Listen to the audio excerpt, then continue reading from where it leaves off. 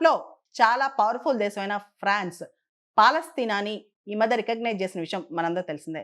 ప్రపంచవ్యాప్తంగా 142 దేశాలు పాలస్తీనాని రికగ్నైజ్ చేశాయి ఒక స్టేట్‌గా. అయితే దీనికి సంబంధించి అమెరికా మరియు ఇజ్రాయెల్ ఫ్రాన్స్‌ని తిట్టిపోశాయి. ఫ్రాన్స్ చేసింది చాలా పెద్ద తప్పని చెప్పి.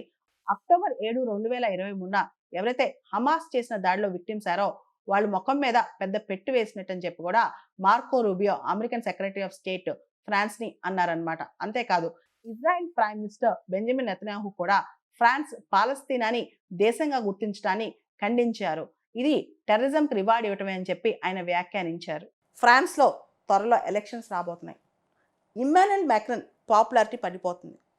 ఆయన పార్టీ, ఆయన ఐడియాలజీ సెంటర్ లెఫ్టిస్ట్ అన్నమాట. ఈ ఐడియాలజీతో ముందుకెళ్తే ఆయనకి ముస్లిం ఓట్ బ్యాంక్ రావటం కాస్త కష్టం. దాంతో వాళ్ళని బుజ్జగించేందుకా, లేదా అమెరికన్ ఇన్ఫ్లుయెన్స్ ఫ్రాన్స్ మీద తగ్గిందా? ఇప్పుడు అమెరికన్ ఇన్ఫ్లుయెన్స్ యూరోప్ మీద బాగానే తగ్గింది. అంతేకాదు నేటో కూడా అమెరికా కాస్త దూరం అవుతుంది.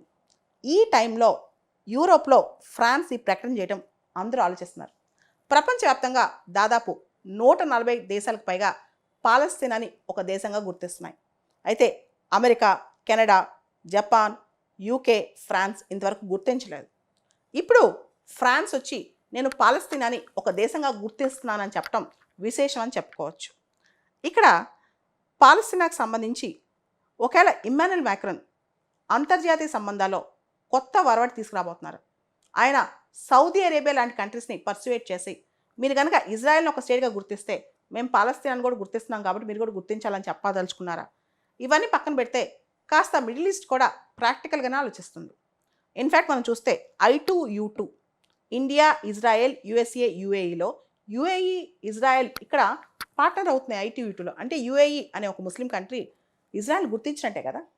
అదేవిధంగా కొన్ని దేశాలు మనం చూస్తే కనుక ముస్లిం వరల్డ్లో ఫ్లాగ్ బేరర్ కంట్రీస్ ఇరాన్ కావచ్చు, టర్కీ కావచ్చు, సౌదీ అరేబియా కావచ్చు, వీళ్ళు కాస్త ఇజ్రాయెల్ గుర్తించే విషయంలో కొంచెం హార్డ్ లైనర్స్గా ఉంటారనమాట.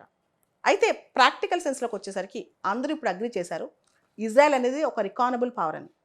డొనాల్డ్ ట్రంప్ మళ్ళీ అధికారంలోకి వచ్చిన తర్వాత మిడిల్ ఈస్ట్లో ఆయన రాజకీయాలు అలా ఉండబోతున్నాయి.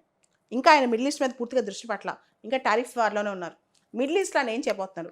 డొనాల్డ్ ట్రంప్ అంటే ఇజ్రాయెల్, ఇజ్రాయెల్ అంటే ట్రంప్. అంటే Trump and Israel they are very very very close. మనం చూస్తే జో బిడెన్ టైంలో కాస్త ఇజ్రాయెల్ వ్యతిరేకంగా అమెరికా కొన్ని యాక్టివిటీస్ చేసిన డొనాల్డ్ ట్రంప్ మాత్రం 100% ఇజ్రాయెల్ సపోర్ట్ చేస్తారు. డొనాల్డ్ ట్రంప్ ఒక ప్లాన్ కూడా వేశారు, నాకు గాజా స్ట్రిప్ ఇచ్చేసేయండి, గాజా స్ట్రిప్లో అమెరికా మొత్తం కొత్త ప్లాన్ వేస్తే గాజాను రూపురేఖలే మార్చేస్తుందని చెప్పి. దీంతో ఈవెన్ చాలా అరబ్ దేశాలు కోపం వచ్చేసింది, నువ్వెవరు ఇక్కడ రావడానికని అడుగుతున్నారు అనమాట. సో ట్రంప్ మాత్రం గాజా మీద కూడా కన్నేస్తారు. ఈ పరిస్థితిలో ఎంటర్ ఎపిసోడ్లో ఇప్పుడు ఇమ్మాన్యుయల్ మ్యాక్రన్ ఫ్రెంచ్ ప్రెసిడెంట్ వచ్చి మేము పాలస్తీనాని స్టేట్గా రికగ్నైజ్ చేయడం అనేది అది ఒక సర్ప్రైజింగ్ అండ్ షాకింగ్ స్టేట్మెంట్ అని చెప్పొచ్చు. And Donald Trump and Israel ఇద్దరు స్ట్రాంగ్ ఫ్రెండ్స్ కావచ్చు. మీకు అందరికీ తెలుసు డొనాల్డ్ ట్రంప్ ఇంతకుముందు టర్మ్లో జెరూసలేంకి సంబంధించి కూడా భారీ స్టేట్మెంట్ ఇచ్చి American consulate, American embassy office కూడా జెరూసలేంలో పెట్టించారు. మేము జెరూసలేం మొత్తం ఇజ్రాయెల్ది అని భావిస్తున్నాము, జెరూసలేం ఇజ్రాయెల్కి సంబంధించింది అని చెప్పారు. అప్పట్లో జెరూసలేంలో కూడా కాస్త పాలస్తీనియన్స్ మాకు షేర్ ఉండాలని చెప్పి అప్పట్లో చాలా ఇష్యూస్ ఉండే. డొనాల్డ్ ట్రంప్ అప్పట్లో కూడా పాలస్తీనియన్స్ని పక్కన పెట్టి ఇజ్రాయెల్కే సపోర్ట్ చేశారు.